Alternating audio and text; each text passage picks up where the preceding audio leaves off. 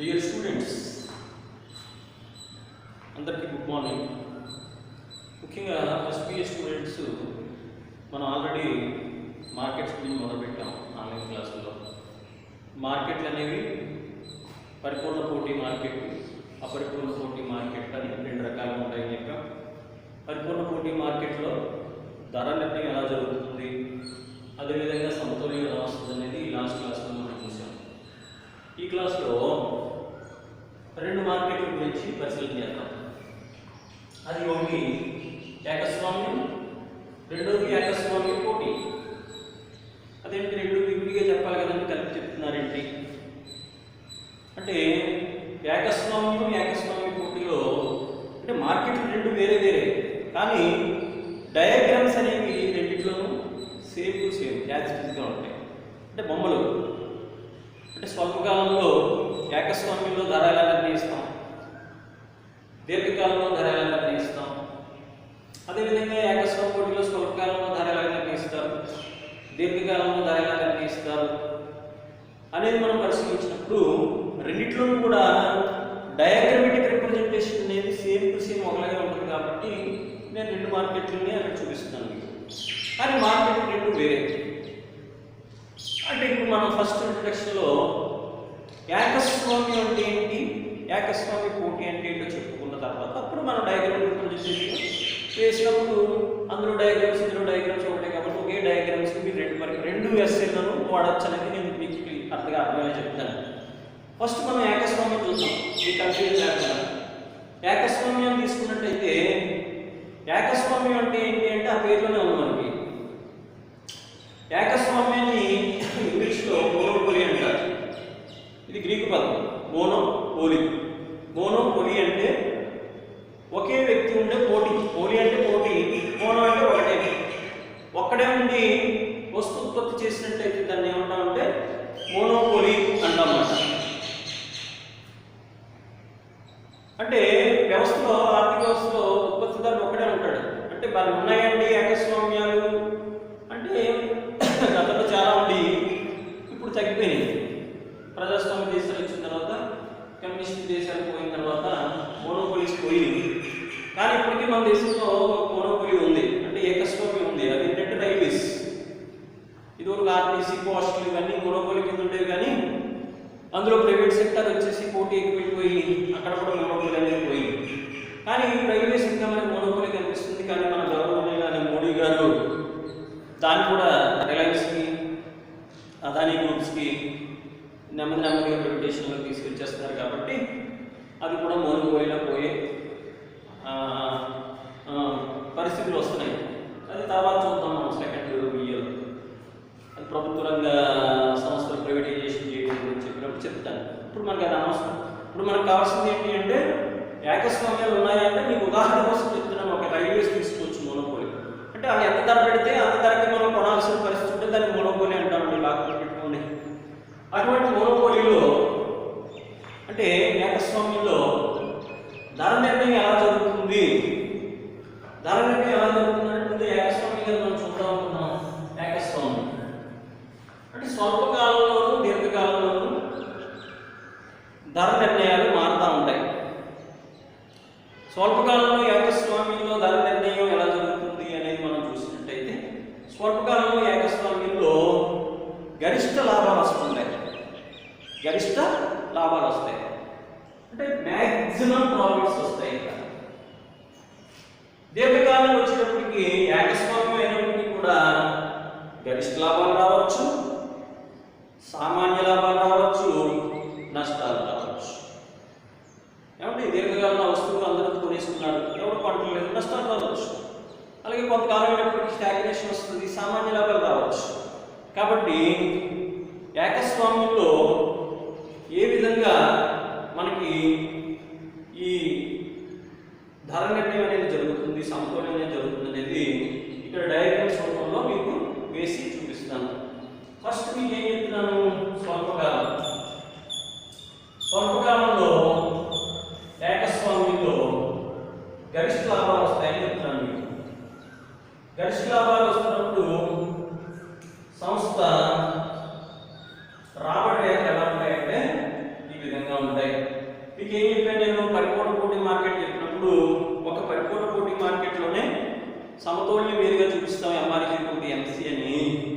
ధర నిర్ణయం మాత్రం డిమాండ్ సప్లై గురించి చూపిస్తామని చెప్పాను.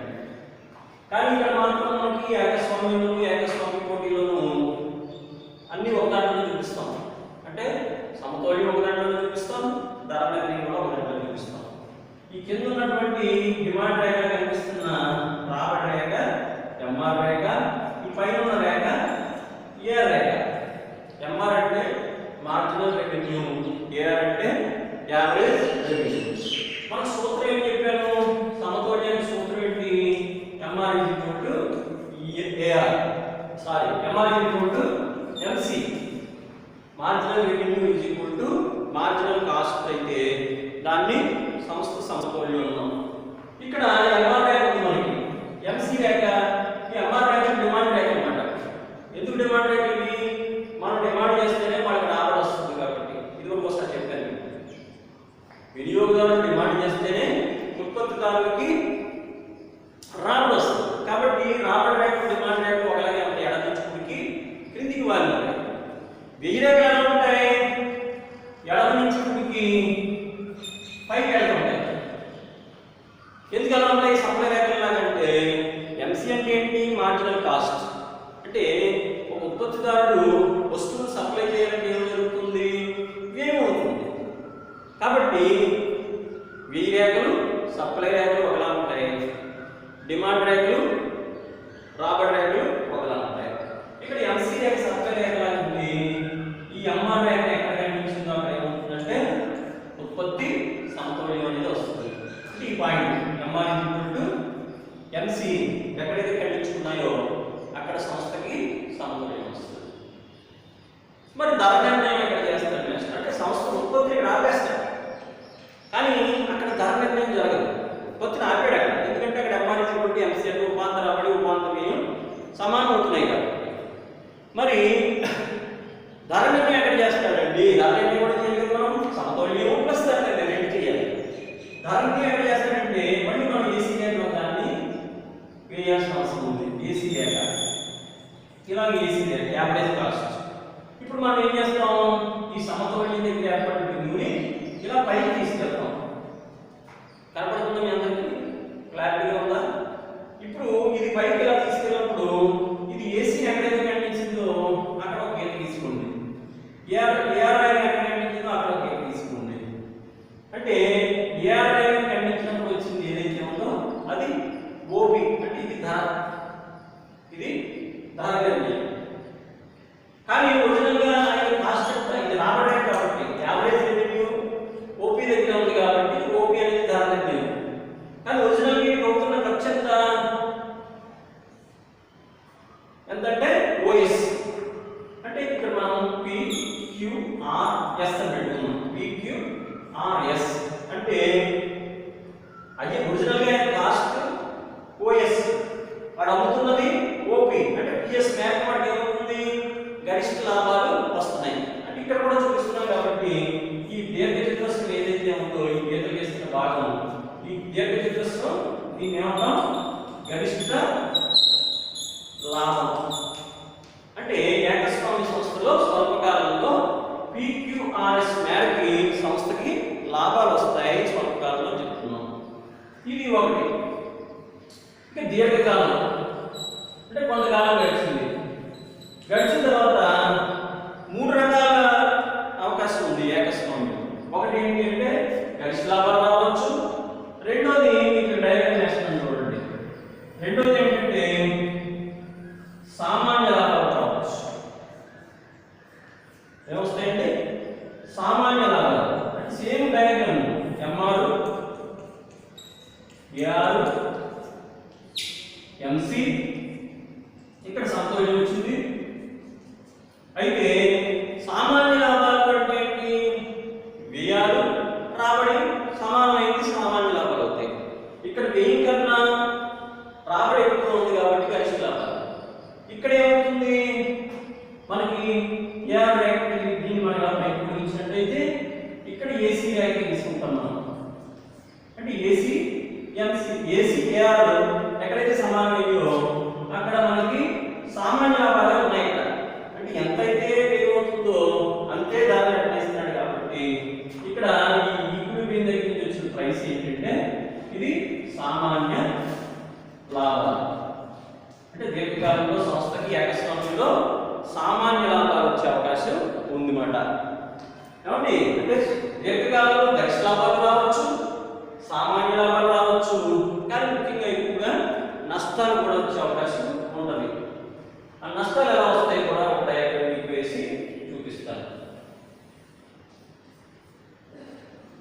నష్టాలు ఎలా వస్తాయి చూడండి. ఇలాగా ఇది ఎంఆర్, ఇది AR. MR AR, next MC అంటే మామూలుగా ఇది ఈక్విలిబ్రియం, ఇక్కడ ఈక్విలిబ్రియం ఖండించుకుంటుంది.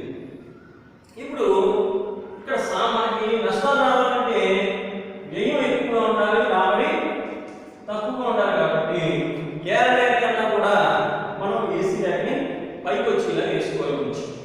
వేసుకున్నట్టయితే ఇక్కడ ముందు ఎక్కడ కనిపిస్తుంది, ఏఆర్ రేఖ కనిపిస్తుంది, ఏసీ రేఖని పైన కనిపిస్తుంది. అంటే P1 Q1 R1 S1 మేరకి సంస్థ ఏమవుతుందంటే నష్టాలు వస్తాయి. ఏమొస్తాయి? నష్టాలు వస్తాయి. అర్థమైంది మీకు?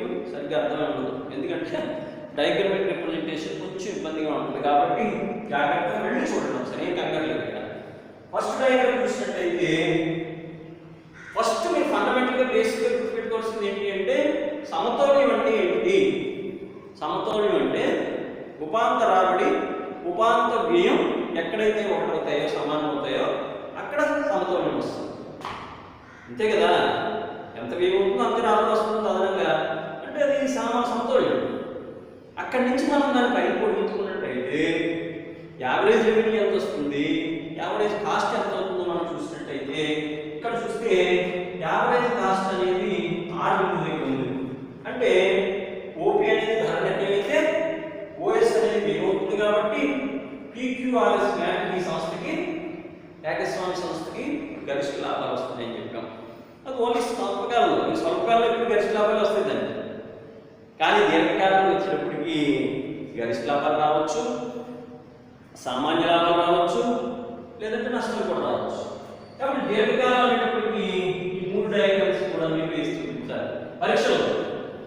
అంటే ఏకస్వామ్యంలో స్వల్పకాలంలో గరిష్ట లాభాలు వస్తాయని ఒకటి చూపించాలి, దీర్ఘకాలంలో గరిష్ట లాభాలు వస్తాయి లేదా సామాన్య లాభాలు వస్తాయి లేదా నష్టాలు వస్తాయని ఈ మూడు డయాగ్రామ్స్ వేసి చూపిస్తే అప్పుడు ఏకస్వామ్యంలో మీరు సంస్థ సమతౌల్యం ధర నిర్ణయం చేసినట్టు అవుతుంది. అది ఏకస్వామ్యంలో సంస్థ సమతౌల్యం ధర నిర్ణయం. మరి ఏకస్వామ్య పోటీలో కూడా సేమ్ డయాగ్రామ్స్ అంటారు కదా, సేమ్ డయాగ్రామ్స్. ఎందుకంటే ఏకస్వామ్య పోటీ ఇప్పుడు ఏకస్వామ్యం పక్కన పెట్టండి, ఏకస్వామ్య పోటీలోకి వచ్చాము. అసలు ఏకస్వామ్య పోటీ అంటే ఏంటి అంటే ఒక క్లాస్లోనే మీకు రెండు మార్కెట్లు చెప్పేస్తున్నాను. ఎందుకంటే యూనివర్సిటీ వారు సెకండ్ సెమిస్టర్ సిలబస్ మొదలు పెట్టామని చెప్పారు. సెకండ్ సిలబస్ మొదలు పెట్టారంటే మీకు ఇంకా మార్కెట్ అయిపోతే డిస్ట్రిబ్యూషన్లు ఇంకా 4 క్వశ్చన్లు ఉన్నాయి. అవి కూడా అయ్యేటప్పుడు మనం సెకండ్ మొదలు పెట్టాలి. కాబట్టి కొంచెం మీకు తొందరగా చెప్తున్నాను. కాబట్టి అర్థం చేసుకోండి. కొంచెం అర్థం అవ్వకపోతే నాకు ఫోన్ చేసి కనుక్కుంటే నేను మళ్ళీ తిరిగి చెప్తాను మీకు. కానీ ఇందులో క్లారిటీగా మీరు అర్థం చేసుకోవాల్సింది రెండు మార్కెట్లలో ఒకే డయాగ్రామ్స్ ఉంటాయి కాబట్టి రెండు కలిపాను. ఏకస్వామ్యం అయిపోయిందండి. ఏకస్వామ్యంలో స్వల్పకాలంలో గరిష్ట లాభాలు వస్తాయి, దీర్ఘకాలంలో గరిష్ట లాభాలు, సామాన్య లాభాలు, నష్టాలు వస్తాయి. అంతే. ఏకస్వామ్య పోటీలో కూడా అంతే. స్వల్పకాలంలో గరిష్ట లాభాలు వస్తాయి, దీర్ఘకాలంలో గరిష్ట లాభాలు, సామాన్య లాభాలు, నష్టాలు వస్తాయి. అక్కడ డయాగ్రామ్స్ అయ్యాయి, ఇక్కడ డయాగ్రామ్స్ అయ్యాయి. కానీ మార్కెట్లు మాత్రం డిఫరెంట్గా ఉంటాయి. ఏకస్వామ్యం అంటే ఒకటే ఉంటాడు, ఆడే ధర నిర్ణయిస్తాడు, ఆడే ధర విషయం వచ్చినట్టు అమ్ముకుంటాడు.